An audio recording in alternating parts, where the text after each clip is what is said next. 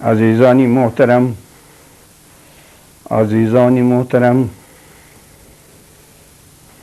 خیرخواهانی جماعت، خیرخواهانی قوم، اکابرینی جماعت، آپ حضرات کا ایک مجموعی مشورہ بصورتی تحریر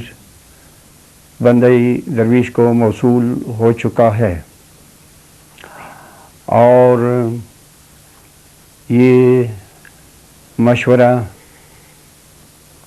تقریباً 50 خیرخواہانی قوم، اکابرینی جماعت اور علم دوست حضرات کے دستخطوں کے ساتھ میرے فرزند دلبند اظہار علی کے توسط سے کمپیوٹر کے ذریعے سے بھی، اور جناب نذیر صابر صاحب کے توسط سے بھی موصول ہوا ہے۔ اس کا تذکرہ اس لیے ضروری ہے کہ آپ حضرات کو شاید یہ گمان ہو سکتا ہے کہ میں نے آپ کے ان مشروم کی طرف توجہ نہیں دی، کیونکہ آپ کے تحریر کردہ مشروم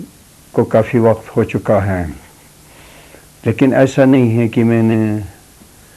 آپ کے ان زرین مشوروں کی طرف توجہ نہیں دی۔ میں نے بارہا ان کا مطالعہ کیا، بغور مطالعہ کیا، اور میرے نزدیک ان مشوروں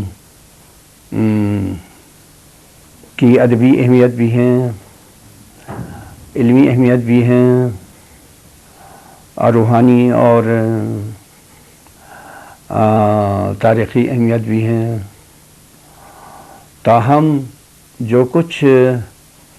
میں نے ان مجموعی مشروع سے اثر لیا ہے، اور پھر میرا جیسا خیال ہے اجازت ان مشروع کے بارے میں، وہ بھی میں آپ کو بتاؤں گا۔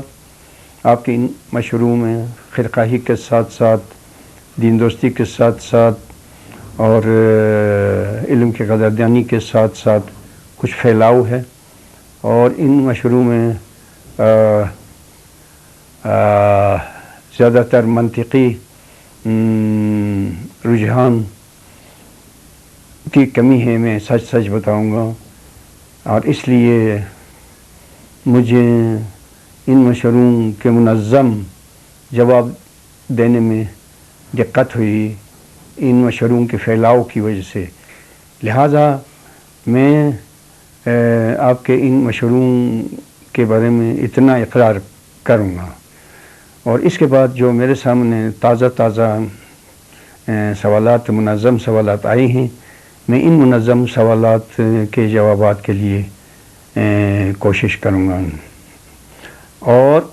یہ سوالات کور ہوں گے میرے ایک بیان سے جو امام شناسی سے متعلق ہوگا۔ تو امام شناسی شیعہ مذہب میں ہیں۔ شیعہ مذہب سے مراد اسماعیلی اور اثنا عشری، یہ دو فرقے شیعہ کہلاتے ہیں، اور شیعہ قدیم اصطلاح ہیں، اور یہ اصطلاح زمانہ علی المرتضیٰ تک جاتی ہے۔ اچھا، لہذا امام شناسی بہت ضروری ہیں، مگر اس میں 2 مکتب ہیں، ایک مکتب اثنا عشری ہے، ایک مکتب اسماعیلی ہے۔ تو میں اسماعیلی مکتب کے لحاظ سے امام شناسی پر ایک مختصر بیان کروں گا کہ امام شناسی اسماعیلی مذہب میں بہت ضروری ہیں، اور اس امام شناسی کا حوالہ تاریخ میں بزرگان دین کی کتابوں سے ملتا ہے، اور اسماعیلی مذہب میں امام شناسی پر شہرۂ آفاق کتب ہیں، ان میں سے دستیاب کتاب وجہ الدین ہے، آپ نوٹ کر لیں، اور اس کے علاوہ اور بھی بہت سی مشہور کتابیں ہیں، بہت ہی مستند ہیں، اور ایک عربی کتاب سرائر بھی ہیں۔ اچھا، یہ تمام کتب جو دستیاب ہیں یہ اسماعیلی انسٹیٹیوشن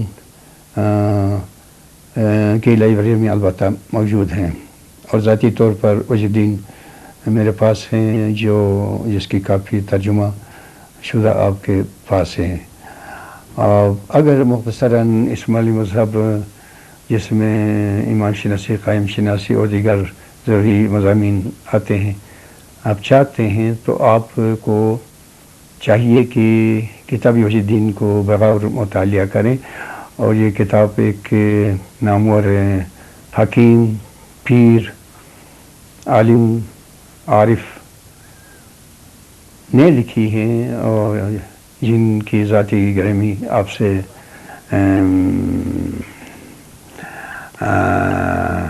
آپ کے لیے غیر مانوس یا ناشناختہ نہیں ہے، اور آپ سنٹرل ایشیا کے اسماعیلی بڑی چاہت کے ساتھ اور روایتی انداز میں بھی اور علمی انداز میں بھی اور فلسفیانہ طور پر بھی آپ حکیم ناصر خسرو کے عقائد و نظریات سے آپ وابستہ ہیں۔ اچھا، چونکہ آپ کا اولین سوال بہت بڑا اہم سوال ہے جو امام شناسی ہے، تو امام شناسی کے بارے میں گزارش کرنا چاہتا ہوں کہ امام شناسی بہت اہم ہے، اور یہ اسماعیلی مذہب کی خصوصیت ہے۔ اچھا، تو امام شناسی میں امامت کے درجات ہیں، امامت کا ایک درجہ نہیں ہے، امامت کے درجات ہیں۔ مختصراً میں آپ کو بتاؤں گا، اس میں امامی مستودع ایک درجہ ہے، جیسے حضرت حسن علیہ السلام، امام مستقر جو نسل بعد نسل امامت جن کی ذات میں، جن کے سلسلے میں چلتی ہے، اس کو امام مستقر کہتے ہیں۔ یہ امامت کی دو قسمیں ہو گئی۔ اچھا، اس کے علاوہ امامت کا پھیلاؤ حضرت آدم سے لے کر حضور اکرم تک اور اس سے بھی آگے امامت کا سلسلہ ہے۔ اس لیے دور ستر میں جو دور شریعت ہے، امامت کا سلسلہ چلتا ہے، مگر دور کشف میں، دور قیامت کا آغاز ہوتا، اور اس میں قائم کا ظہور ہوتا ہے۔ اچھا، اور قائم کے بارے میں بہت زیادہ اہمیت کے ساتھ آپ کو بتاؤں گا اور مثال پیش کروں گا کہ جس طرح نبوت ایک سلسلہ ہے اور اس میں تمام پیغمبروں کا ایک سردار ہے، اور وہ پیغمبروں کا سردار سید الانبیاء والمرسلین کہلاتا ہے۔ حضرت محمد مصطفیٰ صلی اللہ علیہ وآلہ وسلم کو سید الانبیاء والمرسلین کہتے ہیں، پیغمبروں کا سردار۔ اور چونکہ امامت نبوت کے پیٹرن پر ہے، لہٰذا جس طرح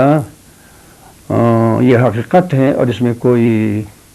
مبالغہ نہیں کہ تمام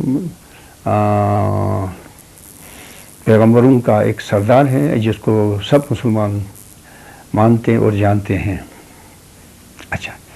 بالکل اس